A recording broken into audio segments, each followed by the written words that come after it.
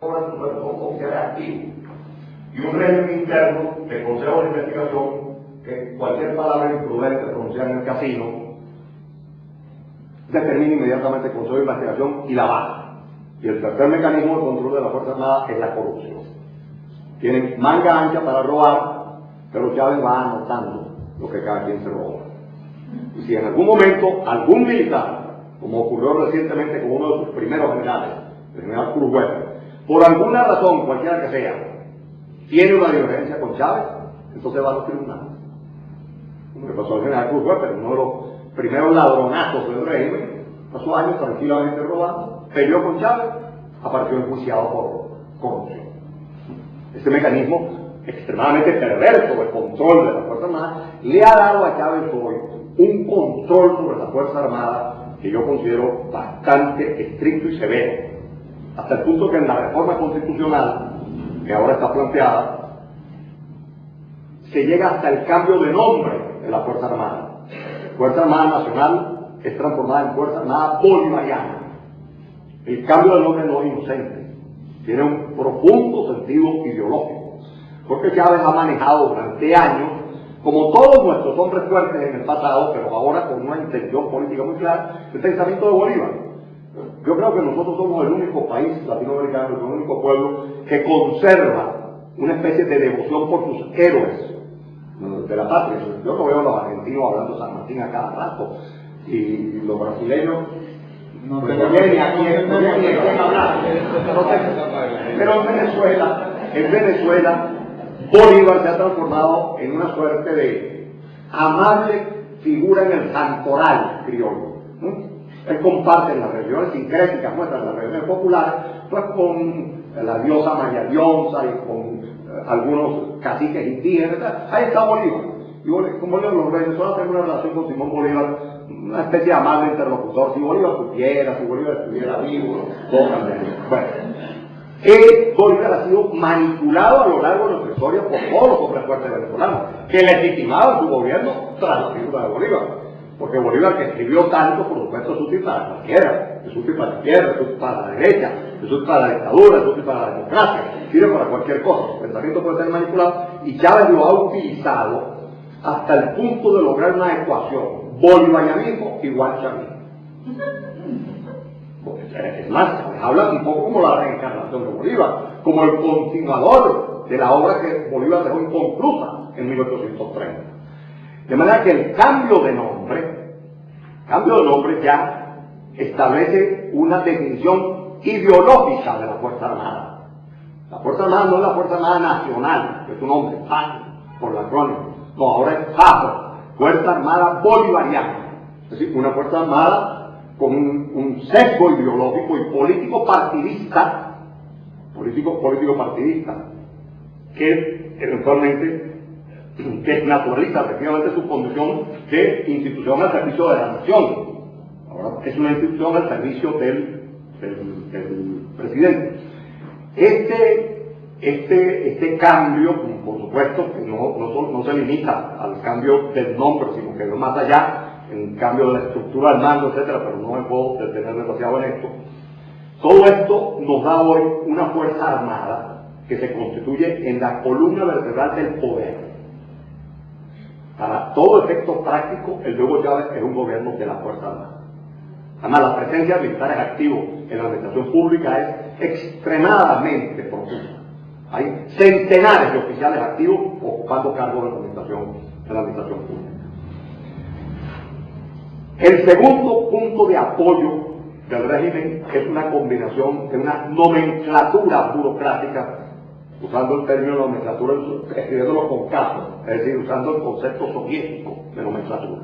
Una burocracia, la que se ha ido conformando a lo largo de estos años, en el cual barrida del poder y del Estado toda la vieja élite, acción democratista y social cristiana que nos gobernó, y sustituida por una nueva élite política, mucho menos preparada, por cierto, porque no es producto que partidos que durante años trabajaron, que organizaron, crearon un cemento ideológico para sus filas, sino ese movimiento aluvional con el cual Chávez llegó al poder, que tenía derecha e izquierda de todo.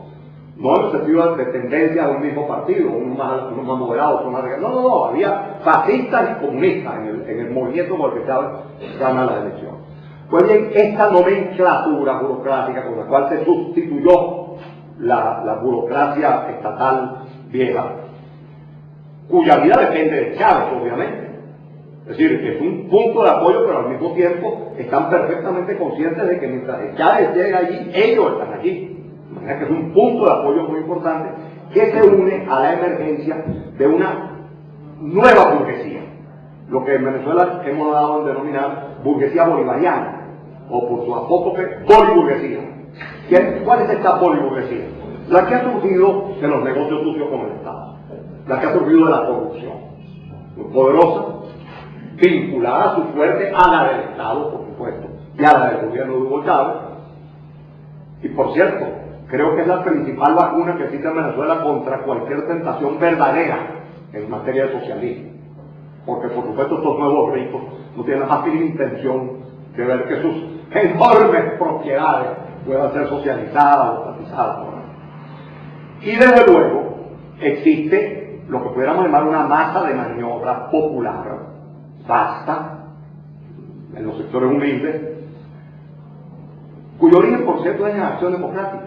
La mayor parte de la base popular del chavismo son los antiguos militantes del gran Partido Popular Venezolano, que es Acción Democrática. Quizás el sistema de partidos brasileños, que es tan laxo y donde se cambian cada rato uno de otro, no permita comprender el fenómeno venezolano. En Venezuela hubo los dos más grandes partidos, las dos más grandes maquinarias partidistas de América Latina. Una, centro izquierda, muy degradada, pero finalmente centro izquierda, socialdemocracia tropical, Acción Democrática, una máquina bolchevique realmente, desde el punto de vista del aparato, de la disciplina, la concepción leninista del partido, y un partido social cristiano igualmente poderoso como aparato. Eso, por supuesto, ya esto no es así.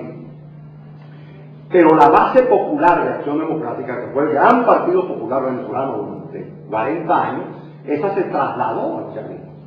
Cambiaron de mensaje, porque el discurso y el mensaje es esencialmente el mismo. El discurso que vamos a calificar de alguna manera un poco, quizás abusivo, pero el discurso populista, ¿no? Sencillamente se trasladó. Un nuevo mensajero populista y la base pasó a estar acá. Bueno, yo defino así el gobierno. Bonapartismo sui generis, cesarismo sui generis,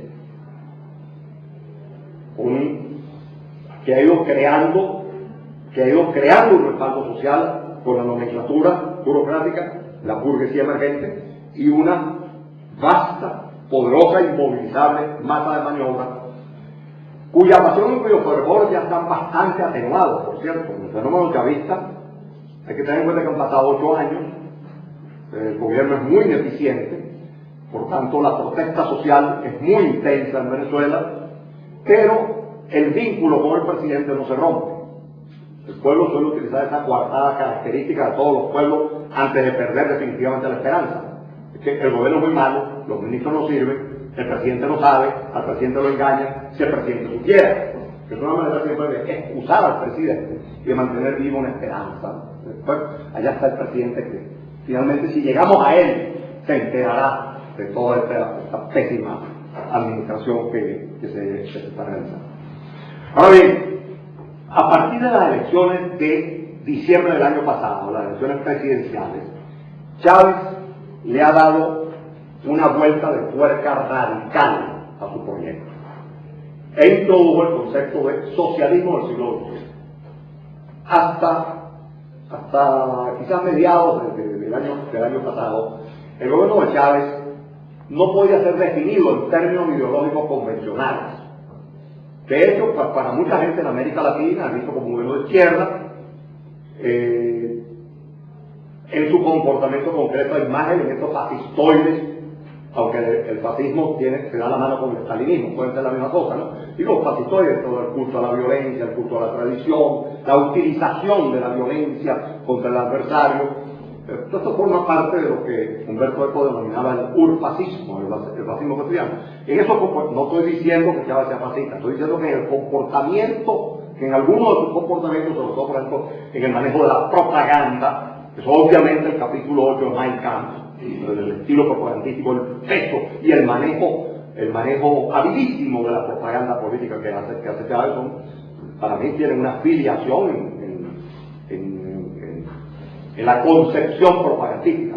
Cuidado, no estoy diciendo que Chávez sea aquí, que sea nazi. Simplemente digo que se leyó, como todos nos hemos leído a Maquiavelo, también se leyó Mein Kampf. Pero además creo que todos nos hemos leído Mein Kampf también. Y él lo leyó y encontró allí lecciones en materia de propaganda que maneja con utilidad, con habilidad. Bueno, ahora,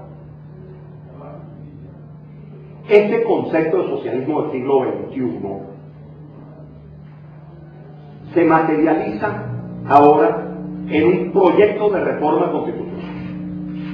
Nosotros hemos estado colocados desde 1999, desde diciembre de 1999, bajo el signo constitucional de la Constitución de 1999 de la República Bolivariana de Venezuela, aprobada por una asamblea constituyente donde el 95% de los integrantes eran chavistas. Solo había 6 constituyentistas no chavistas en una asamblea de 150 miembros. Pero por cierto, eso fue producto no de que Chávez hizo un abuso particular, fue el resultado de años de prédica de una cierta parte de la sociedad civil venezolana, en el sentido de que la uninominalidad era el sistema electoral más democrático, el sistema electoral por excelencia democrático. Y yo recuerdo mucho a Chávez riéndose en la campaña previa, decía: lo vamos a derrotar, lo vamos a aplastar con sus propias armas. Porque por supuesto, como todos ustedes saben, la uninominalidad perfecta es el menos democrático de los sistemas electorales. El que gana por un voto en cualquier circunscripción electoral se lleva todo. Y por supuesto, la minoría más grande suele tener, por supuesto, una mayoría parlamentaria desproporcionada respecto a su voto.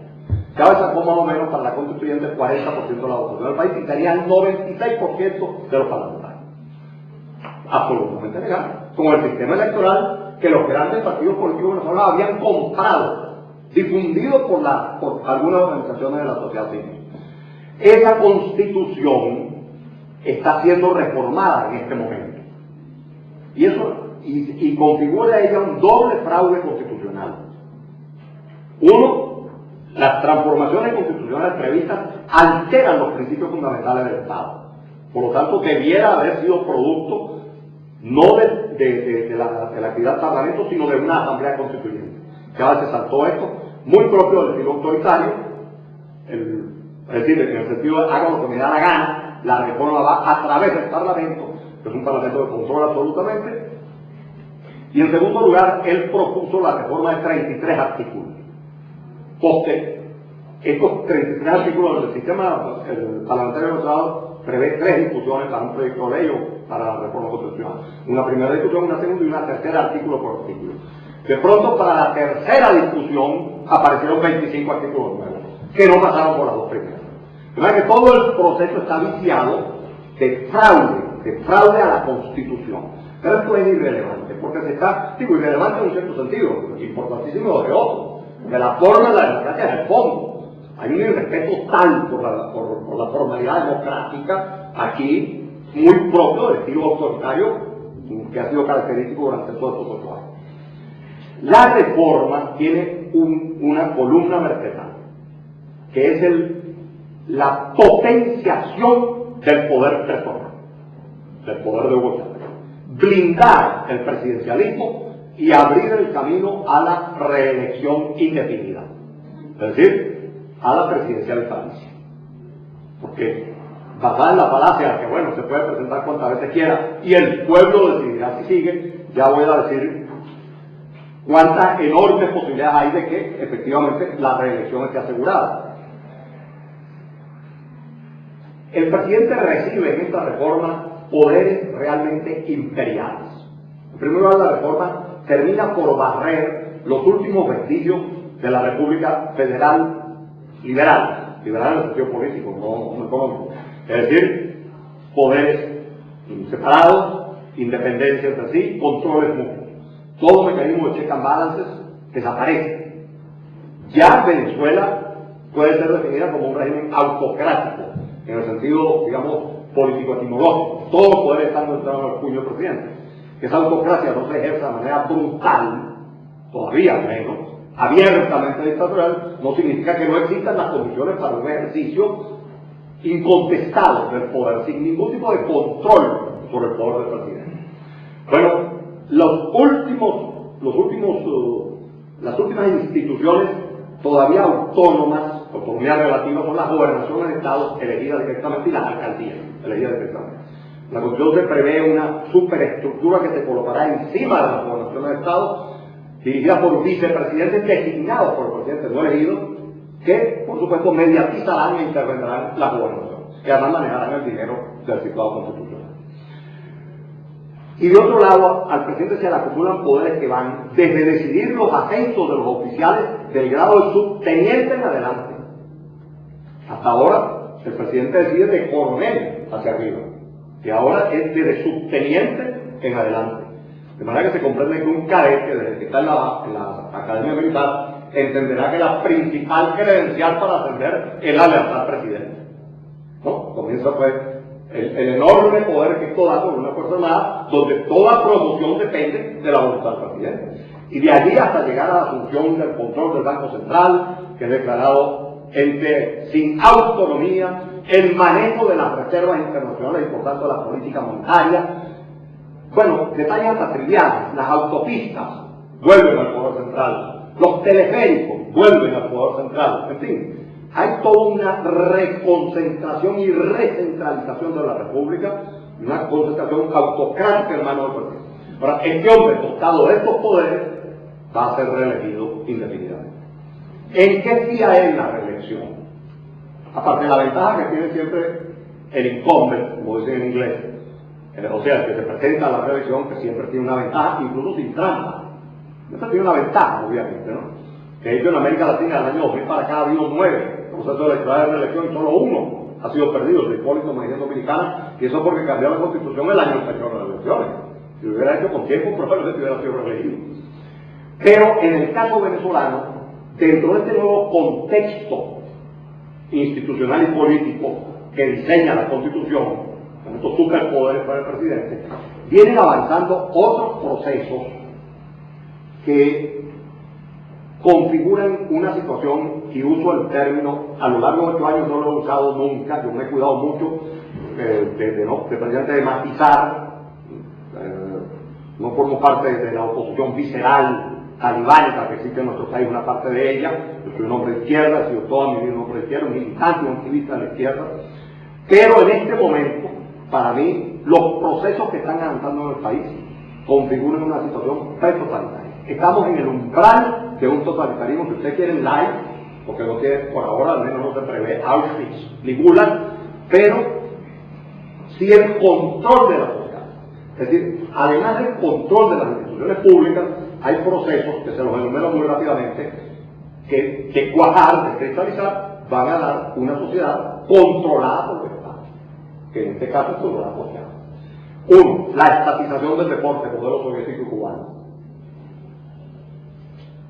La estatización y regimentación cultural. Bueno, estos procesos que se están dando, no es que se están dando como un roller coaster, ¿no? Que está aplastando todo. Se están dando un proceso conflictivo, lleno de debates y de resistencia y de fricción.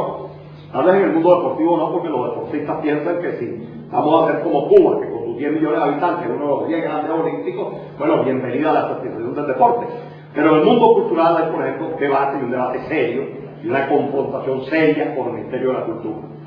Tercero, la transformación del sistema de educación primaria y secundaria en un aparato de ideologización, de educación en los valores de la revolución.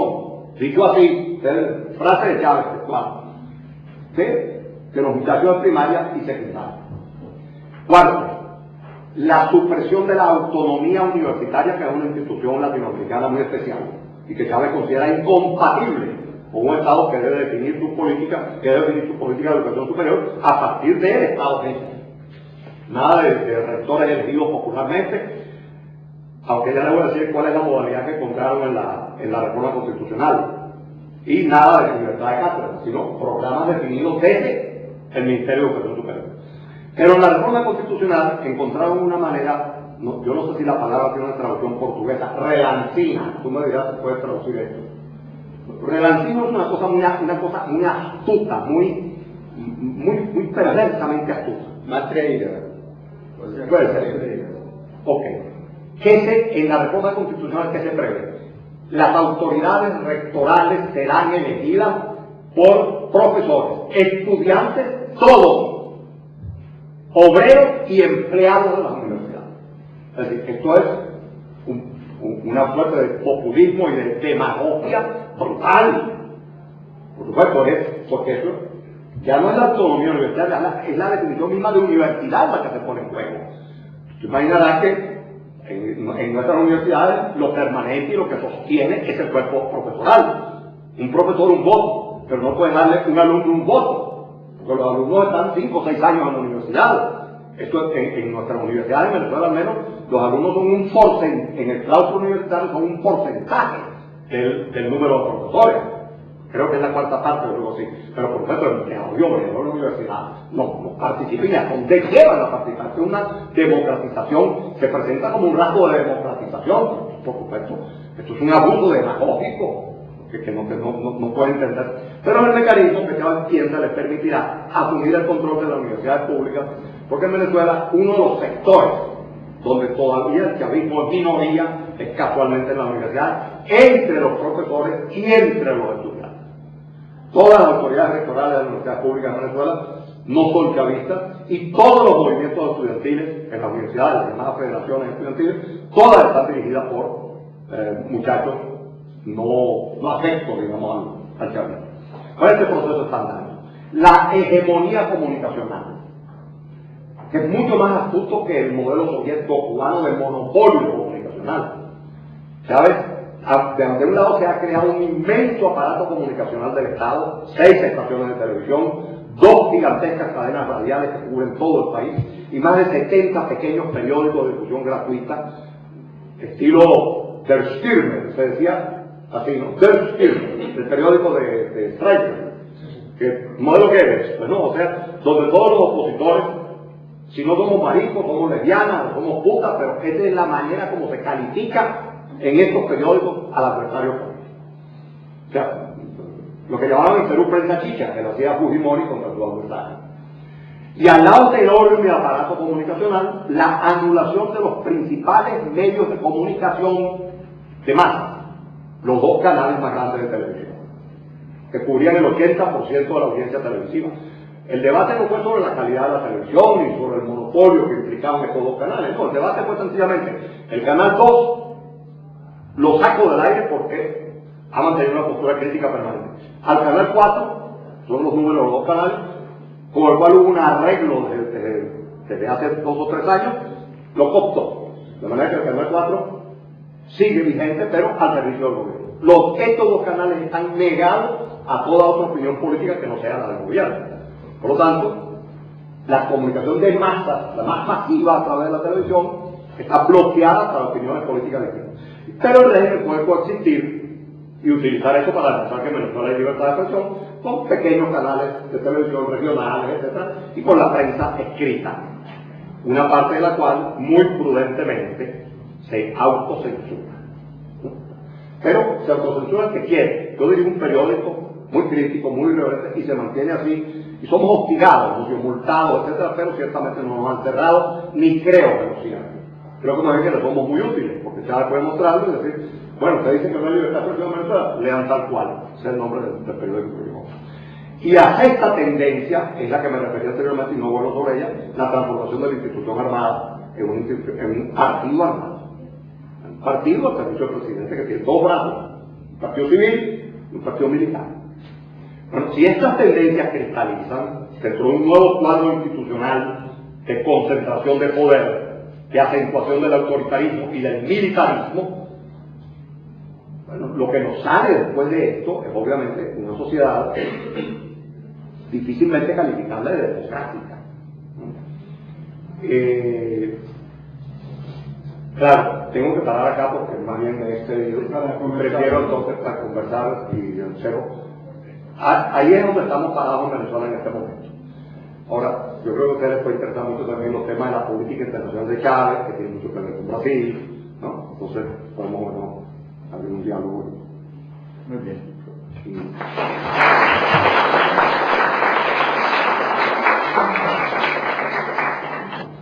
E para animar um pouco a plateia, eu tomaria a liberdade, é um golpe chavista que eu darei aqui, porque tenho o poder, de fazer uma pergunta geral, que talvez possa ser abordada pelos dois expositores e ajudar a organizar um pouco a discussão.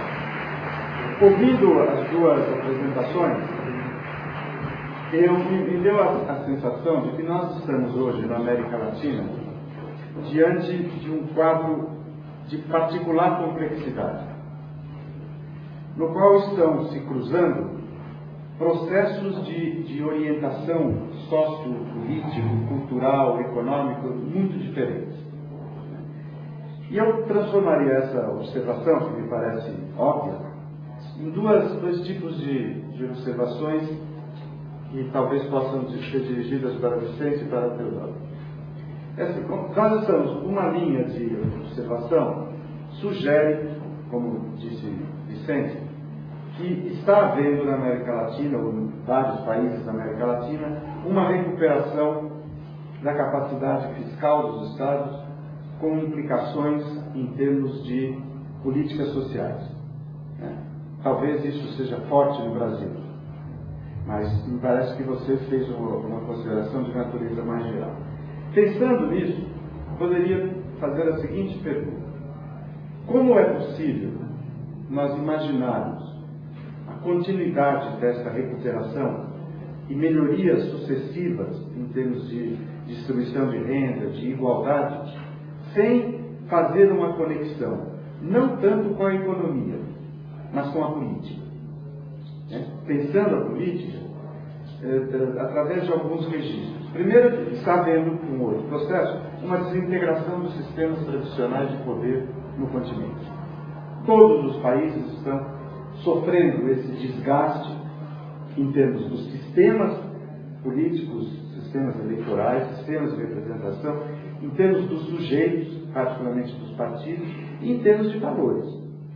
Talvez possa dizer essa última parte, sobretudo olhando para o Brasil. Nós estamos, do ponto de vista da moralidade política, inteiramente corroídos. Não há uma moralidade política no Brasil hoje confiável. Então, como é que nós podemos pensar em políticas sociais sustentáveis sem a contraface dos sistemas políticos democráticos consistentes em termos de regras, valores e sujeitos? E acho que, no caso venezuelano, em particular, eu acho que essa mesma questão poderia ser posta, e eu agregaria uma outra coisa, para complicar o seu argumento do totalitarismo.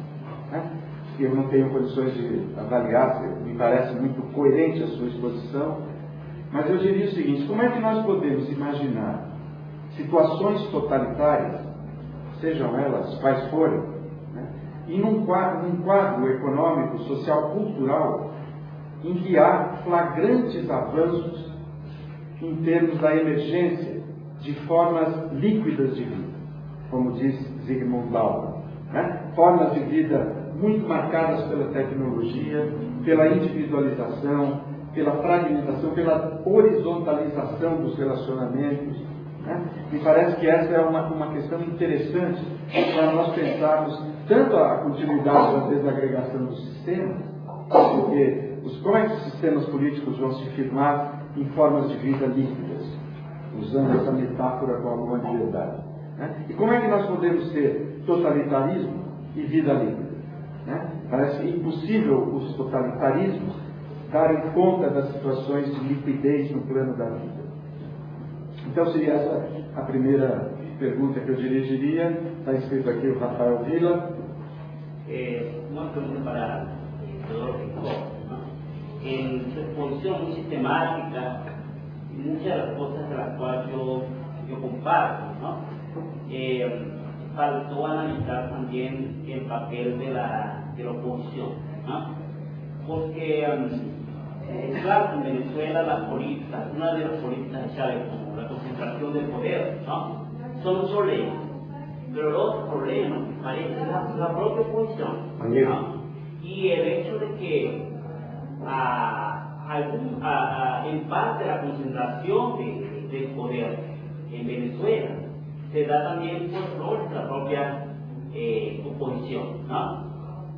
Por ejemplo, participación de una parte de la oposición, de una parte en el golpe, 2002, la propia reacción después del referendo de una parte de la oposición, ¿no? Que hizo con que la oposición venezolana perdiese mucha credibilidad internacional, ¿no? Y el último gran error, la no participación, ¿no? En las elecciones parlamentarias, las elecciones de finales de 2005, ¿no? Entonces, la sensación es que el proyecto de la oposición va hasta cada elección, ¿no? Hasta cada proceso donde exista o donde se coloque algo que tenga que ver con lo electoral, pero no existe un proyecto de nación, ¿no?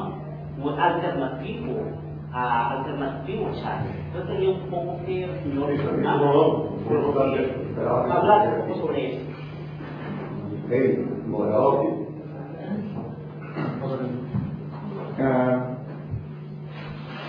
Bom dia.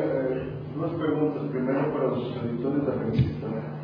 Gostaria de saber se o projeto de traduzir a revista para português será continuado, porque realmente é uma revista muito importante. Eu acho que seria relevante verificar a possibilidade de que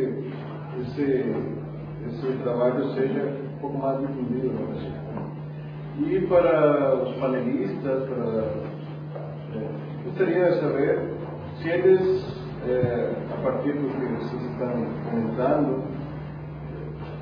qual seria o impacto de uma eventual entrada, por exemplo, da dimensão da América do Sul, especialmente levando em consideração esse tipo de informações que vocês